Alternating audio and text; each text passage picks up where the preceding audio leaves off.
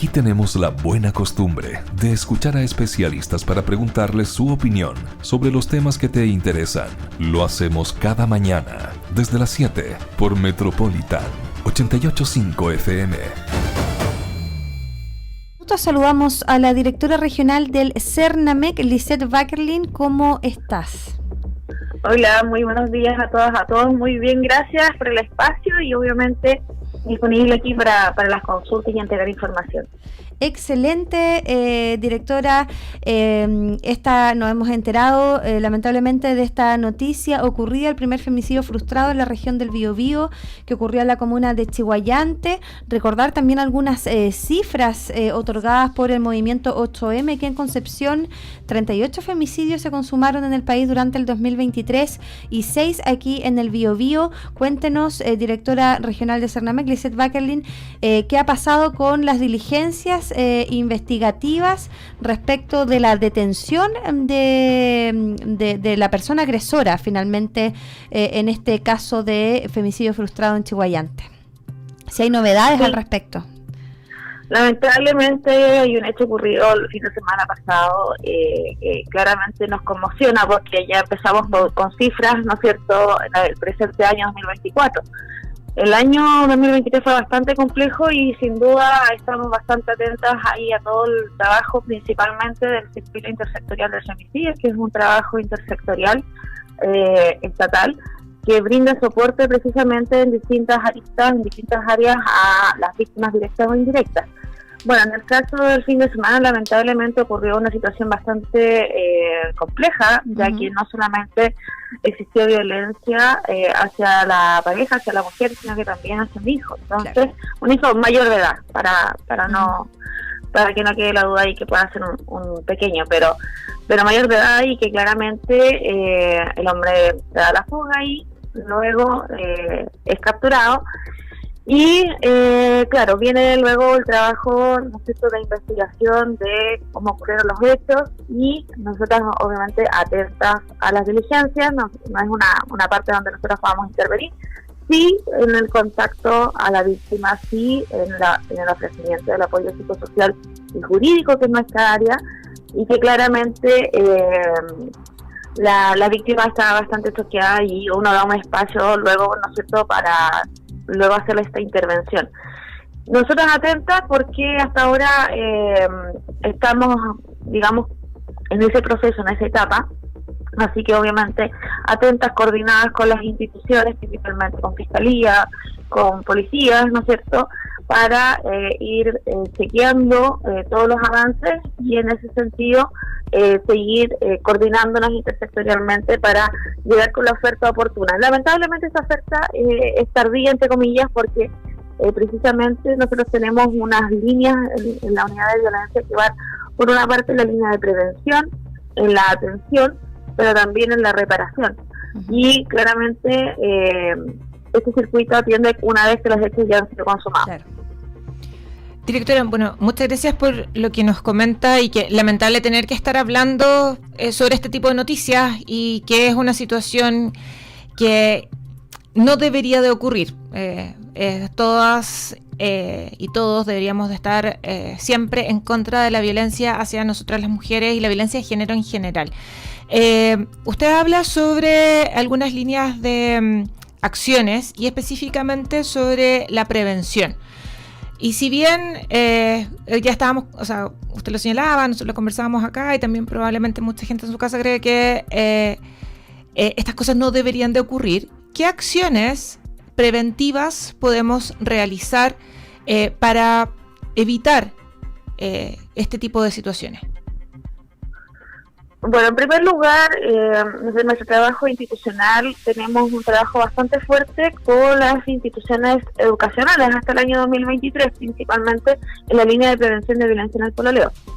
Ahora, a partir del año 2024, viene un trabajo importante también en nuestra institución en materia de rediseño de los programas, y comenzamos a partir de este año un trabajo mucho más territorial, atingente por supuesto a las necesidades también de nuestro territorio, ya que tenemos bastantes sectores que están apartados y que tienen menor posibilidad de acceso a la información. Ahí es donde vamos a comenzar un trabajo importante, fuerte, con las organizaciones, con las juntas de vecinos, ¿no es cierto?, para poder entregar herramientas. ¿Por qué? Porque para todos y todos esta es una problemática social, estamos hablando de un cambio. Se nos cayó, parece, la directora. ¿Perdón? Es que no Ahí la sí, escuchábamos lo ahora la último. escuchamos. Si lo pudiera repetir, por favor. Claro, que estamos promoviendo exactamente en este trabajo territorial un cambio cultural, que no es menor, un cambio cultural donde históricamente las mujeres hemos sido vulneradas y claramente, por ejemplo, de las cifras de violencia, de denuncias de violencia intrafamiliar, la violencia contra la mujer es cerca de un 75%, entonces claramente estamos hablando de un grupo que es altamente vulnerado. Y ¿por qué entregamos esta herramienta? Nos entregamos esta herramienta porque como es un cambio cultural necesitamos el trabajo de todas y todos. ¿Y cómo ayudamos? Ayudamos, por ejemplo, a través de concientizar a la víctima, ¿no es cierto? Sensibilizar, visibilizar qué es violencia y qué no. Ahora, para obtener información, nuestros canales son de información y orientación al número 1455. También el WhatsApp más 56997 007.000. Todos estos números están en la página www.cernamec.gov.cl, donde tanto víctimas pero también testigos pueden hacer las consultas, cómo orientar a esa víctima, saber si lo que se está viviendo es violencia o no, cuáles son los canales de denuncia, que también es bastante importante recordar los números de Carabineros, PDI, Fiscalía y Tribunal de Justicia, nuestro número solo de información y orientación, y también derivación al centro de la mujer más cercano cuando se detecta un caso, ¿no es cierto?, de violencia directamente. Y ahí finalmente, ¿qué podemos hacer? Entregamos herramientas a las mujeres, ¿no es cierto?, pensando, por ejemplo, una junta de vecinos que ya tenga algunas herramientas, que ya esté informada, que finalmente sea llamada a la acción, porque uno de los grandes puntos, de hecho, de las últimas campañas también institucionales, va en la línea de hacernos cargo de este problema, decir, si es mi problema, ya no esperar que se resuelva entre cuatro paredes, sino que acudir, socorrer a esa víctima, que sepan todas y todos también que hemos tenido muchos casos de evitar posibles homicidios frustrados y consumados gracias a la acción de vecinos, de familiares que ayudan, socorren a esta víctima. Entregarle finalmente estas herramientas permite no solamente que se pueda visibilizar la situación de violencia a través, por ejemplo, de la denuncia, ¿ya? No todas las mujeres se atreven a denunciar, por eso es importante que, por ejemplo, sepan que nuestro apoyo psicosocial y jurídico a través de los centros de la mujer es gratuito y también no requiere de una denuncia previa para poder acceder a este apoyo. Entonces, cuando visibilizamos la situación, ya sea a través de una denuncia o a través de un contacto directo al 1455 o a la atención directa en algún centro, nosotros logramos entregar herramientas de apoyo a esa mujer que le permitan generar autonomías para salir de esos espacios de violencia. Pero, claramente, necesitamos que esas personas visibilicen su situación para poder pesquisarlas y poder socorrerlas. Porque nos ha pasado, lamentablemente, y disculpa, chiquitito, nos ha pasado lamentablemente que aquellos casos que son de extrema gravedad, estamos hablando de los homicidios frustrados, pero principalmente los femicidios consumados, lamentablemente no han visibilizado su situación de violencia. Por eso llegamos tarde. Claro. Por eso es importante poder ayudar y activarnos como sociedad. Sí, concientizar que cualquier tipo de violencia puede llegar a la muerte. Yo creo que esa manera de concientizar también, que es bastante dura, pero es la realidad. O sea, todo lo que sea violencia puede conllevar a la muerte, y no solamente a la muerte de la propia mujer, sino pues también poner en riesgo la vida de sus propios hijos, y eso lo vemos en la cruda realidad, en las noticias y en los femicidios que ocurrieron también el año pasado, donde hombres incendian las casas de su familia para quemar a la familia completa, y muchas veces la violencia llega a tal punto de que el propio agresor también quiere acabar con su vida. Entonces es algo bastante nefasto. Estamos hablando con la directora regional del Cernamec, Lisette Bakerlin, respecto de este primer femicidio frustrado aquí en la región del Biobío, en la comuna de Chiguayante. Directora, ahí hay una falencia que ya se ha hecho, que es muy comentada también en el boca a boca, en la comunidad, de que finalmente cuando se detiene a un agresor y queda en libertad vigilada, finalmente queda libre, no se cumplen con las medidas de resguardo, ¿cierto? Con las medidas de alejarse de la víctima principalmente. Ahí quizás me falta el lenguaje jurídico. Y finalmente el agresor vuelve donde la víctima, y las instituciones no son capaces, ¿verdad?, de evitar esto. Y eso es muy comentado, de que finalmente la mujer vuelve a ponerse en contacto con su agresor a pesar de que la ley se lo prohíbe. Ahí, ¿cómo ha podido avanzar la institucionalidad para poder evitar de que, en este caso, por ejemplo, de que el agresor no vuelva a la casa de donde se encuentra habitando la víctima? Sí, sin duda hay un gran punto ahí que tiene que ver con el cumplimiento de las medidas cautelares. Una vez que la mujer denuncia, ¿no es cierto?, se decreta una medida cautelar.